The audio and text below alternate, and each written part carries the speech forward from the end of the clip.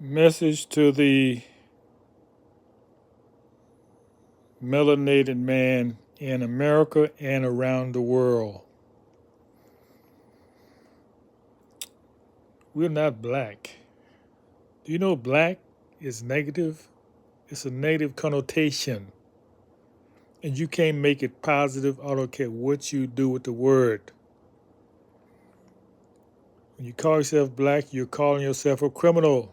Look it up. And you wonder why you're being mistreated, disrespected. Because you're dishonoring your ancestors, you're dishonoring your God. What people call themselves black?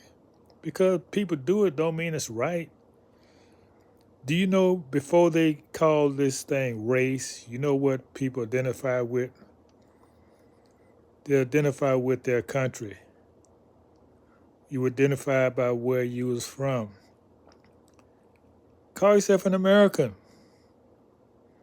At least that let you're being with a place. Black means you don't belong. That's what the word means. And it brings fear into people when they hear it. But I don't know why they have this book titled Message to the Black Man when Elijah Muhammad, and I know from experience, he said the original man. If he said black man, he was teaching and he was said so-called black man. He always used the term so-called because we've been called a lot of things. So why would you take a term the slave master called you and say, I'm proud to be black? You idiot. You idiot. You don't know who you are. And this thing has become generational now, you know? We never teach integration because integration can only mean one thing. You don't love yourself. People who love themselves want to procreate people who look like them. Say that again because I didn't stutter. People who love themselves want to procreate people who look like them. I'm going to call you a black man if you out here intermarrying. You think you're free? There's something on YouTube about what happened when you do that. This mixed child, he had a black father and a white mother. He asked his father, Father, why are you so black? No, he said, why are you so black and why mama so white? And then he said, I must be mixed. He said, yes, you mixed. He said, well, why are you so black? Then he put the father on the defensive, saying he wasn't that black. Now, the father maybe didn't teach his child about color and all that. But the child going to school, you know, the child is repeating what somebody asked him. Some people who do not have that in their family. Both their parents are the same complexion. So this child asked this other child, why your father not white? Why is he black? And this brought it to the child's mind to ask the question. And so now even the child is giving him a derogatory term because he didn't teach his child anything. You see how this ignorance goes generational? Now he's putting a negative term on the father.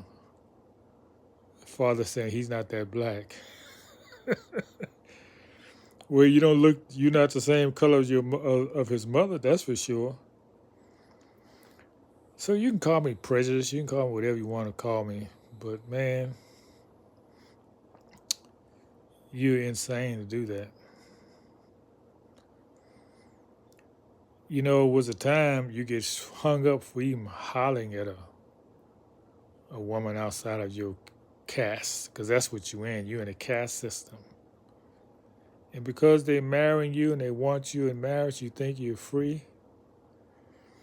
You've been bonded for generations because you are destroying your seed. You're destroying your color because you don't like it. You want to destroy yourself. That's self-genocide.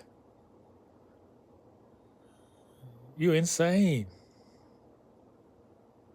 There's no way to say it. You're insane. There's no other way to say it. If you want to make your children a lighter complexion, and that's in most families, they're like that. That's why you don't see a lot of dark-skinned people nowadays. When I was growing up, and everybody was dark-skinned. If you were light-skinned, you was the oddball. You was made fun of. Say that again. When I was growing up, if you were light-skinned, you was made fun of. I remember there was a light-skinned boy in our class. We called him crepe paper. At least I called him crepe paper. Yeah, he's just, didn't look like anybody else. That was odd. One of my best friends was a very light-skinned brother. His name was Rayfield. Where you at, Rayfield? Rayfield Wilkins. My best friend growing up in school. So, what I'm saying is that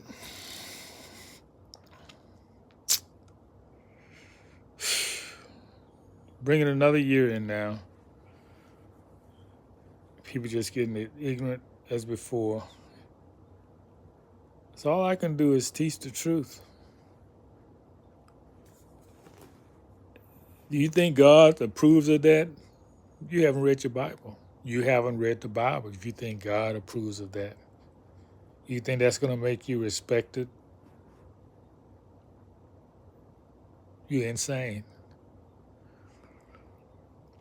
Well, that's the message. Take it or leave it.